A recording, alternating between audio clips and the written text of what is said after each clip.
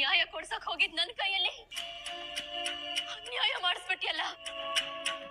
ಯಾಕೆ ಹೀಗ್ ಮಾಡ್ದೆ? ಯಾಕೆ ಹೀಗ್ ಮಾಡ್ದೆ? ನೀನ್ ಚೆನ್ನಾಗಿರ್ಬೇಕು ಅಂತ ನನ್ನ ಫ್ಯಾಮಿಲಿ ನೆಮ್ಮದಿ ಕೆಡಿಸ್ತೀಯಾ? ಬಿಡಲ್ಲ ಕಣೆ ನಿನ್ನ. ಸಾಕ್ ನಿಲ್ಸಿ.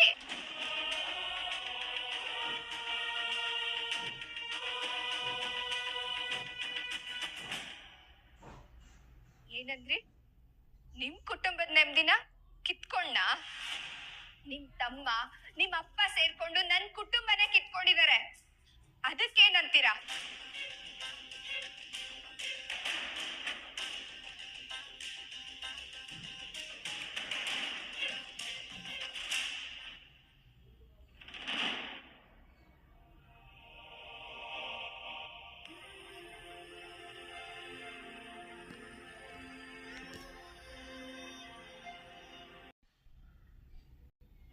ನನ್ ಸರ್ಕಾರಿ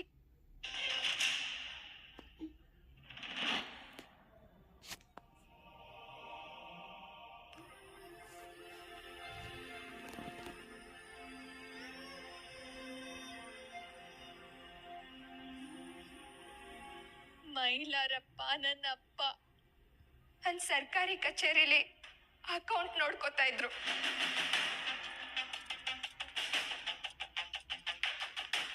ಈ ಶಕ್ತಿ ಪ್ರಸಾದ್ ಪಕ್ಷದ ದುಡ್ಡನ್ನೆಲ್ಲ ನುಂಗಿ ಲೆಕ್ಕ ಅಂತ ಬಂದಾಗ ನಮ್ಮ ಅಪ್ಪನ ಕಡೆ ಬೆಟ್ ಮಾಡಿ ತೋರಿಸಿ ಅವ್ರಿಗೆ ಭ್ರಷ್ಟ ಅಧಿಕಾರಿ ಅನ್ನೋ ಪಟ್ಟ ಕೊಟ್ರು.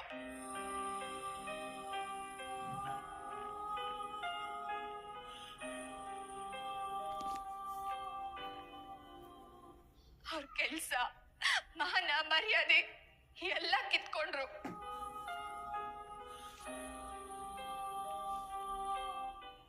ನಮ್ ತಂದೆ ನಿಜ ಹೇಳ್ಬೇಕು ಅಂತ ಹೊರಟಾಗ ಅವ್ರನ್ನ ಆಕ್ಸಿಡೆಂಟ್ ಮಾಡಿ ಕೊಲ್ಸಿದ್ರು.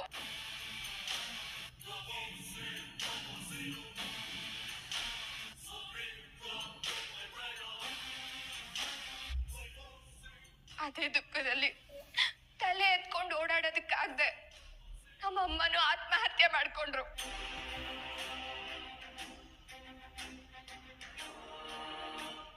ಉಳ್ದಿರೋದು ನಾನೊಬ್ಳೆ. ನ್ಯಾಯ ಕೇಳ್ಬೇಕು ಅಂತ ಅವ್ರ ಮನೆ ಮುಂದೆ ಹೋದಾಗ ವಿಕ್ಕಿ ಬಂದು ನನ್ ಜೊತೆ ಅಸಭ್ಯವಾಗಿ ನಡ್ಕೊಂಡು ಹೊಡೆದು ಆಚೆ ಹೊಡೆಸ್ದ. ಈಗ ನನ್ ಕುಟುಂಬ ನೆಮ್ಮದಿ ಎಲ್ಲಾನು ಕಳ್ಕೊಂಡು ಒಂಟಿಯಾಗಿ ನಿಂತಿದ್ದೀನಿ.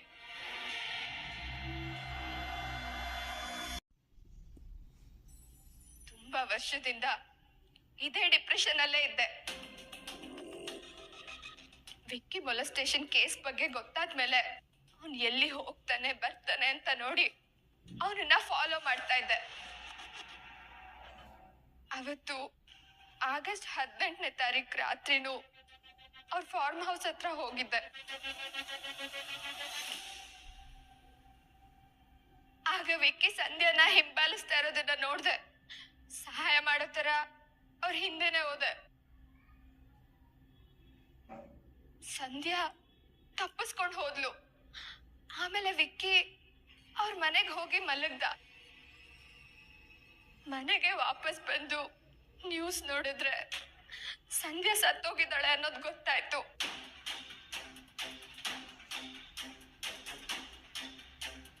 ಅವತ್ತೇ ವಿಕ್ಕಿ ಮನೆಗೆ ಹೋಗಿ ಅವನ್ ಕೆಲವೊಂದ್ ವಸ್ತುಗಳನ್ನ ತಗೊಂಡ್ ಬಂದು ಸಂಧ್ಯಾ ಸತ್ತೋಗಿರೋ ಜಾಗದಲ್ಲಿ ಹಾಕ್ದೆ.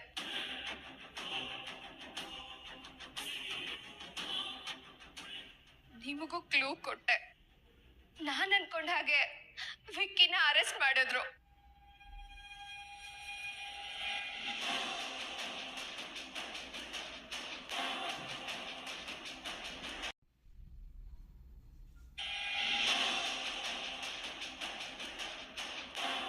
ವಿಷಯ ಗೊತ್ತಿದ್ರು ನನಗೆ ಯಾಕೆ ಹೇಳಿಲ್ಲ ಶಕ್ತಿ? ಕೋರ್ಟ್ ಅಲ್ಲಿ ಅವಳನ್ನ ಕಂಡ ಕ್ಷಣ ಈ ವಿಷಯ ಗೊತ್ತಾಗಿದ್ದಿದ್ರೆ ಕಥೆನೇ ಬೇರೆ ಆಗ್ತಿತ್ತು. ಜೆಪಿ, ನೀನು ಟೆನ್ಷನ್ ಅಲ್ಲಿದ್ದೆ. ನಿನಗೆ ಯಾಕೆ ತೊಂದರೆ ಕೊಡೋದು ಅಂತ. ಆಫ್ಟರ್ ಆಲ್ ಒಂದು ಹುಡುಗಿ ಕರೆದು ಧಮಕಿ ಹಾಕಿದ್ರೆ ಸುಮ್ಮನೆ ಆಗ್ತಾಳೆ ಅಂತ ಅಂದ್ಕೊಂಡೆ ನಾನು. ಆಫ್ಟರ್ ಆಲ್ ಒಂದು ಹುಡುಗಿ ಅನ್ಕೊಂಡೆ ಸಂಧ್ಯಾ ಬಗ್ಗೆನೂ ಹೀಗೆ ನೆಗ್ಲೆಕ್ಟ್ ಮಾಡಿದ್ರಿ. ಅದೇ ಕಾರಣಕ್ಕೆ ಈಗ ನಮ್ಮ ಮಗ ಜೈಲಲ್ಲಿ ಇರೋದು. ಯಾವ ಮುಳ್ಳು ಕಾಲಕ್ಕೆ ಚುಚ್ಕೊಳತ್ತೆ ಹೇಳಕ್ ಆಗಲ್ಲ ಶಕ್ತಿ. ಮುಳ್ಳನ್ನ ಪರ್ಮನೆಂಟ್ ಆಗಿ ತೆಗಿಬೇಕೆ ಹೊರತು ನಿರ್ಲಕ್ಷ್ಯ ಮಾಡಬಾರ್ದು.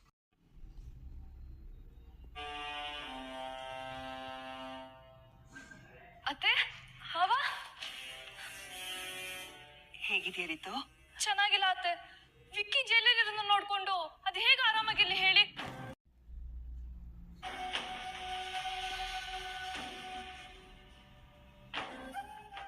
ಏನ್ ಮಾಡೋದಮ್ಮ, ನಿಮ್ ದೊಡ್ಡಪ್ಪ ನೋಡಿದ್ರೆ ಈ ಸಿಟಿಗೆ ದೊಡ್ಡ ಲಾಯರು, ನಿಮ್ ಮಾವ ಈ ಸಿಟಿಗೆ MLA.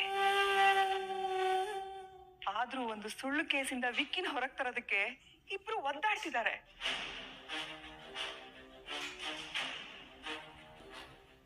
ಇದರಿಂದ ಕಷ್ಟ ಅನುಭವಿಸ್ತಿರೋದು ನಾವು ಹೆಂಗಸರು.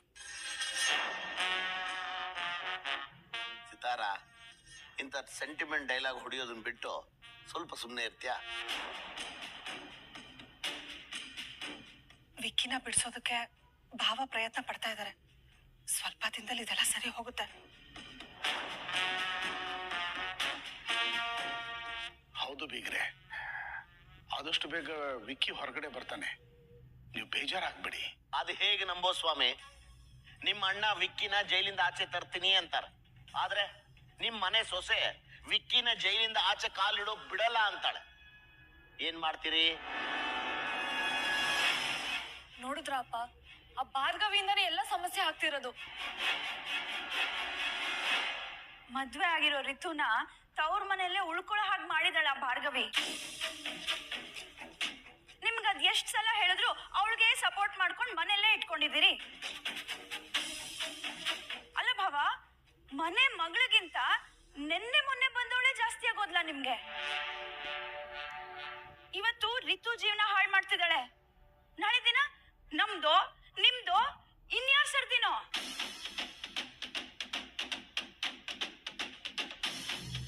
ಒಟ್ನಲ್ಲಿ ಮನೇಲಿ ಅವಳಿಂದ ನೆಮ್ಮದಿ ಅನ್ನೋದೇ ಇಲ್ಲ.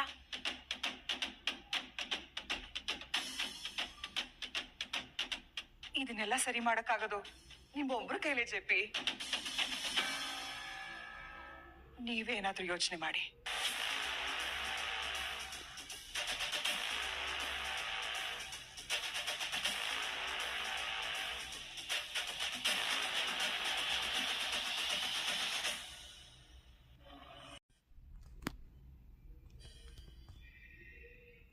ಅಲ್ರಿ, ನಿಮಗ್ ದ್ವೇಷ ಇದ್ದಿದ್ದು ಶಕ್ತಿ ಅಂಕಲ್ ಮೇಲೆ, ಮಾಡ್ದಿರೋ ತಪ್ಪಿಗೆ ವಿಕ್ಕಿಗೆ ಯಾಕೆ ಶಿಕ್ಷೆ ಕೊಟ್ರಿ? ನನ್ನ ಅಪ್ಪ ಅಮ್ಮನ ಕಿತ್ಕೊಂಡಿರೋ ಶಕ್ತಿಗೆ ಅವ್ನ್ ಮಗ ಇಲ್ದೇ ಇರೋ ದುಃಖ ಹೇಗಿರುತ್ತೆ ಅಂತ ಗೊತ್ತಾಗ್ಲಿ ಅಂತ ಮಾಡ್ದೆ. ಏಯ್, ಎಷ್ಟು ಧೈರ್ಯ ಇದ್ರೆ ನನ್ನ ತಮ್ಮನ್ನೇ ಜೈಲಿಗೆ ಕಳಿಸ್ತೀಯ ನೀನು?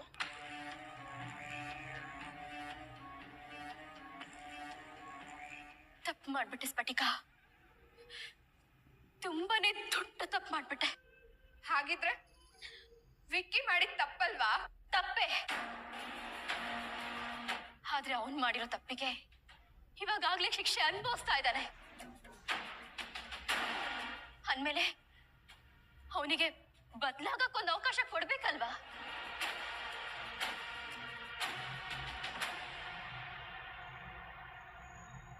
ಮಾಡದೇ ಇರೋ ಕೊಲೆನ ಅವನ್ ತಲೆ ಕಟ್ಟೋದು ಯಾವ ನ್ಯಾಯ?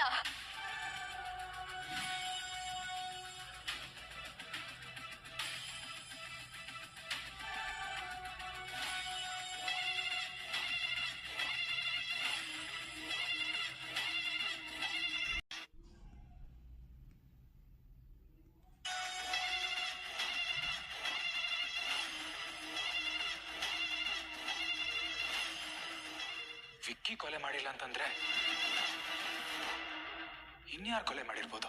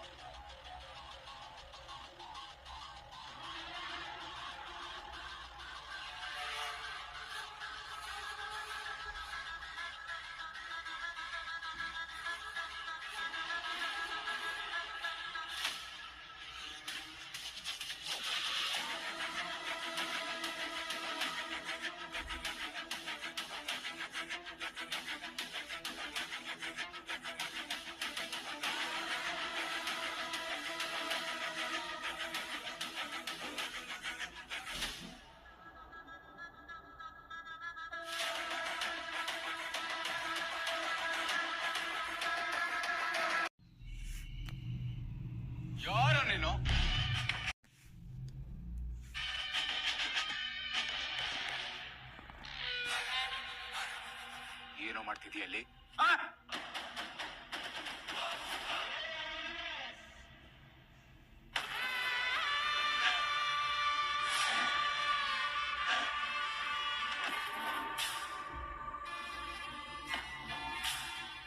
ಭಾರ್ಗವಿ, ನಾನು ನಂದು ಅಂತ ಒಂದು ಪುಟ್ಟ ಸಂಸಾರ ಕಟ್ಕೊಂಡು ಹೊರಗ್ ಬಂದಿದ್ದೆ.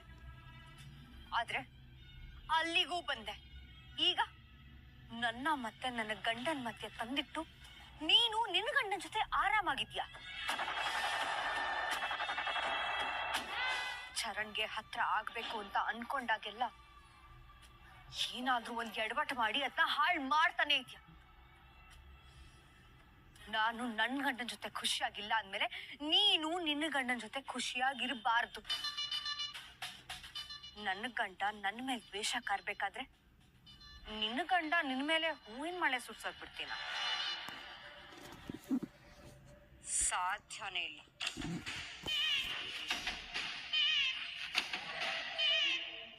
ಈ ಅಸ್ತ್ರನ ಬಳಸ್ಕೊಂಡು ನಿನ್ನ ಗಂಡ ನಿನಗೆ ಛೀ ಥು ಅಂತ ಉಗಿಬೇಕು. ನನ್ನ ಅಣ್ಣನ ಸಂಸಾರನೇ ಹಾಳು ಮಾಡ್ತೀಯ ಅಂತ ನಿನ್ನ ಕತ್ತಿ ಹಿಡಿದು ಆಚೆ ನುಗ್ಬೇಕು. ಹಾಗ್ ಮಾಡ್ತೀನಿ. ನನ್ನ ಅಂಡರ್ ಎಸ್ಟಿಮೇಟ್ ಮಾಡೋ ಎಲ್ಲರಿಗೂ ನನ್ನ ತಾಕತ್ ಏನು ಅನ್ನೋದು ಗೊತ್ತಾಗ್ಬೇಕು. ಮುಖ್ಯವಾಗಿ ನನ್ನ ಕಟ್ಕೊಂಡಿರೋ ಆ ಗಂಡಂಗ್ ಗೊತ್ತಾಗ್ಬೇಕು. ನನಗೇನಾದ್ರೂ ಒಂದು ಬೇಕು ಅಂದ್ರೆ ಅದನ್ನ ತವ್ರ ಮನೆ ಏನು ನರ್ಕಕ್ ಬೇಕಾದ್ರೂ ನುಗ್ಗಿ ಅದನ್ನ ತರೋ ಬುದ್ಧಿ ನನಗಿದೆ. ಆದ್ರೆ ಈಗ ನಾನು ಕೊಡೋ ಏಟನ್ನ ತಡ್ಕೊಳ್ಳೋ ಶಕ್ತಿ ನಿನಗಿದ್ಯಾ ಭಾರ್ಗವಿ?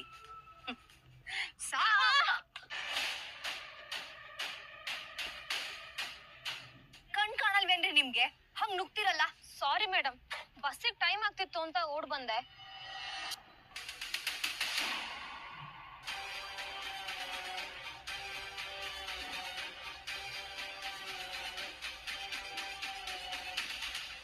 ಅದ್ಯಾಕೆ ಕಳ್ಳಿ ತರ ಮುಖಕ್ ಬಟ್ಟೆ ಕಟ್ಕೊಂಡಿದ್ದೀರಾ? ಅಯ್ಯೋ, ಧೂಳು ಅಂತ ಮುಖಕ್ ಬಟ್ಟೆ ಕಟ್ಕೊಂಡ್ರೆ ಕಳ್ಳಿ ಅಂತೀರಲ್ಲ ನೋಡಿ.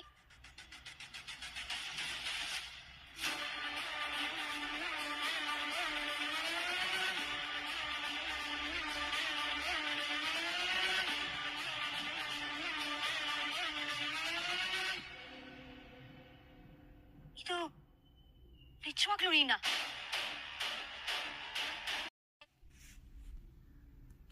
ಹೇಳಿ ಮೇಡಮ್. ಹೌದಾ, ನಾನು ಈಗಲೇ ಬರ್ತೀನಿ ರೀ.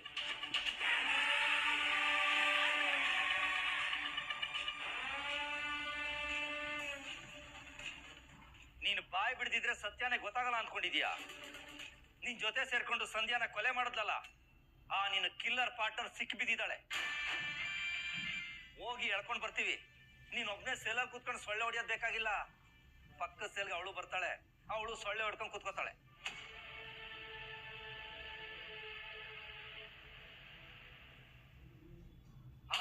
ಸರ್, ಖಂಡಿತ ಸಂಧ್ಯಾನ ಅವಳೇ ಕೊಲೆ ಮಾಡಿರ್ತಾಳೆ. ಹೋಗಿ ಬೇಗ ಕರ್ಕೊಂಬನ್ನಿ. ನನಗೆ ಹೊಡೆದ್ರಲ್ಲ, ಹಂಗೆ ಹೊಡೆದು ಏರೋಪ್ಲೇನ್ ಹಚ್ಚಿ ಸತ್ಯಾನ ಅವಳೇ ಬಾಯ್ ಬಿಡ್ತಾಳೆ. ಸರ್, ಯಾಕೆ ನಿಂತಿದ್ದೀರಾ? ಹೋಗಿ ಬೇಗ ಕರ್ಕೊಂಬನ್ನಿ. ಇಷ್ಟರಲ್ಲೇ ಸತ್ಯ ಗೊತ್ತಾಗತ್ತೆ.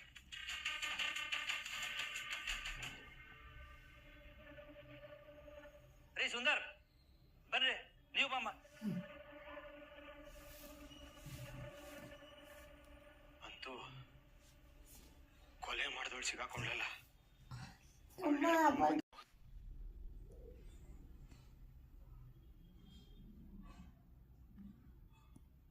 ಅಂತೂ ಕೊಲೆ ಮಾಡಿದವಳು ಸಿಗಾಕೊಂಡ್ಲಲ್ಲ. ಅವಳನ್ನ ಎಳ್ಕೊಂಡ್ ಬಂದ್ರೆ ನಾನು ಕೊಲೆ ಮಾಡಿಲ್ಲ ಅಂತ ಪ್ರೂವ್ ಆಗೋಗುತ್ತೆ. ಆದ್ರೂ ಯಾರು ಗುರು ಆ ಮಾತಾ ಆಗೋಗುತ್ತೆ. ಆದ್ರೂ ಯಾರು ಗುರು ಆ ಮಾತಾಯಿ? ಅಯ್ಯೋ, ಮಾಡೋದೆಲ್ಲ ಮಾಡಿ ನನ್ನನ್ನು ಡ್ರಾಪ್ ಮಾಡೋಳ. ಅಯ್ಯೋ, ಅವಳು ಬರ್ಲಿ, ಇದೆ ಅವಳಿಗೆ ಅಲ್ಲ, ಕೊಲ್ಲಬೇಕಾದ್ರೆ ಇರೋ ಧೈರ್ಯ ನಿಜ ಒಪ್ಕೋಬೇಕಾದ್ರೂ ಇರ್ಬೇಕಲ್ವಾ? ಅನ್ಯಾಯವಾಗಿ ನನ್ ಜೀವನ ಹಾಳು ಮಾಡ್ತಿದ್ದಾಳೆ. ಇನ್ನು ಕೊಲೆ ಮಾಡಿರ್ಲಿಲ್ಲ, ಅವಳು ಬರ್ಲಿ, ನಾನೇ ಅವಳು ಕುತ್ಕೆ ಇಸ್ಕಿ ಸಾಯಿಸ್ಬಿಡ್ತೀನಿ.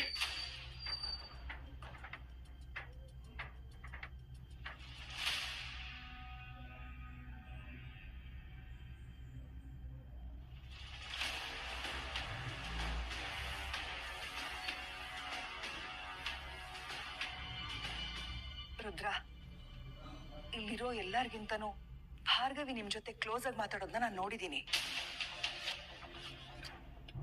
ನಿಮ್ಗೆ ನಿಮ್ ಮಗಳ ಜೀವನ ಸರಿ ಹೋಗ್ಬೇಕು ಅನ್ನೋ ಆಸೆ ಇಲ್ವಾ? ಹೆತ್ತ ಮಗಳು ಈ ತರ ಸಂಕಟ ಪಡ್ತಿದ್ರೆ ಯಾವ ತಾಯಿ ತಾನೇ ಇದನ್ನೆಲ್ಲ ನೋಡ್ಕೊಂಡು ಸುಮ್ಮನೆ ಇರ್ತಾಳೆ ಹೇಳಿ? ನನ್ನ ಮಗಳು ಆದಷ್ಟು ಬೇಗ ನಿಮ್ ಮನೆ ಸೇರಿ ವಿಕ್ಕಿ ಜೊತೆಲಿ ಸಂತೋಷವಾಗಿದ್ರೆ ನಮ್ಗಷ್ಟೇ ಸಾಕು. ಹಾಗಾಗ್ಬೇಕು ಅನ್ನೋದಾದ್ರೆ ಮೊದ್ಲು ಭಾರ್ಗವಿ ಜೊತೆ ಮಾತಾಡಿ ಈ ಕೇಸ್ನ ಹಿಂದೆ ತಗೊಳ್ಳೋದಕ್ಕೆ ಹೇಳಿ. ನೀವು ಬೇಡ್ಕೊಂಡ್ರೆ ಭಾರ್ಗವಿ ನಿಜವಾಗ್ಲೂ ಖಂಡಿತ ಕೇಳ್ತಾಳೆ.